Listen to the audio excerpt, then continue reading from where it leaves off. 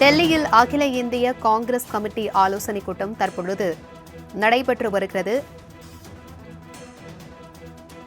காங்கிரஸ் தலைவர் மல்லிகார்ஜுன கார்கே, மக்களவை எதிர்க்கட்சித் தலைவர் ராகுல் காந்தி உள்ளிட்டோர் இந்த ஆலோசனைக் கூட்டத்தில் பங்கேற்றிருக்கிறார்கள்.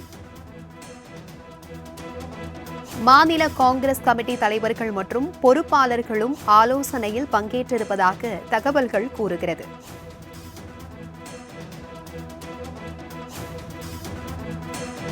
இதுகுறித்தான கூடுதல் விவரங்களுடன் இணைகிறார் எமது சிறப்பு செய்தியாளர் ஜீவபாரதி.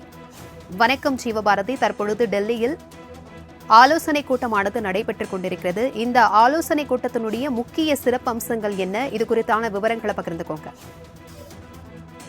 டெல்லியில் உள்ள காங்கிரஸ் அலுவலகத்தில் அகில இந்திய காங்கிரஸ் கமிட்டி கூட்டம் இன்று காலை தொடங்கி நடைபெற்று வருகிறது.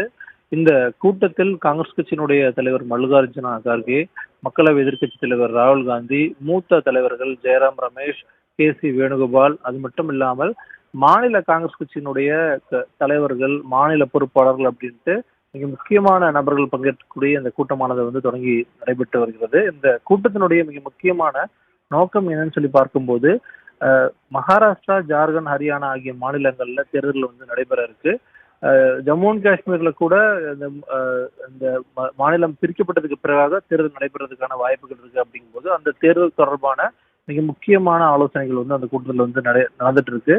ஜாதிவாரி மக்கள் தொகை கணக்கெடுப்பு விவகாரம் மற்றும் எஸ்சி எஸ்டி இடஒதுக்கீட்டுல கிரிமி லேயர் வழங்குவது தொடர்பாக உச்சநீதிமன்ற உத்தரவு மிக முக்கியத்துவம் வாய்ந்ததா இந்த கூட்டத்தில் விவாதிக்கப்பட்டு வருது. ஏன்னா காங்கிரஸ் கட்சி தொடர்ச்சியாக ஓபிசி மக்களுக்காகவும் எஸ்சி எஸ்டி மக்களுக்காக பல்வேறு விஷயங்கள் ராகுல் காந்தி அவர்கள் தொடர்ச்சியாக பேசிட்டு வரக்கூடிய நிலையில இந்த கூட்டத்தில் தொடர்பா மிக முக்கியமான முடிவு எடுத்து அதை அரசியல் ரீதியா எப்படி எடுத்துட்டு போகலாம் அப்படிங்கிற தொடர்பாக மிக முக்கியத்துவம் வாய்ந்த விவாதிக்கப்பட இருக்கு.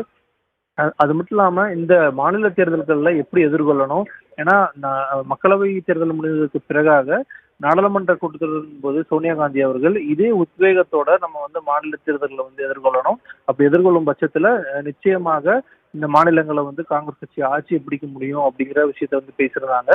ஸோ அதே மாதிரியான விஷயம்தான் தற்போது இந்த காங்கிரஸ் கமிட்டி கூட்டத்துல விவாதிக்கப்பட இருக்கு அப்படிங்கிறதா மிக முக்கியத்துவம் வாய்ந்ததா இருக்கு. இதன் பிறகாக பொறுப்பாளர்கள் நியமிக்கப்படுறதுக்கான அதிகப்படியான வாய்ப்புகள் இருக்கு. பிரபாவதி,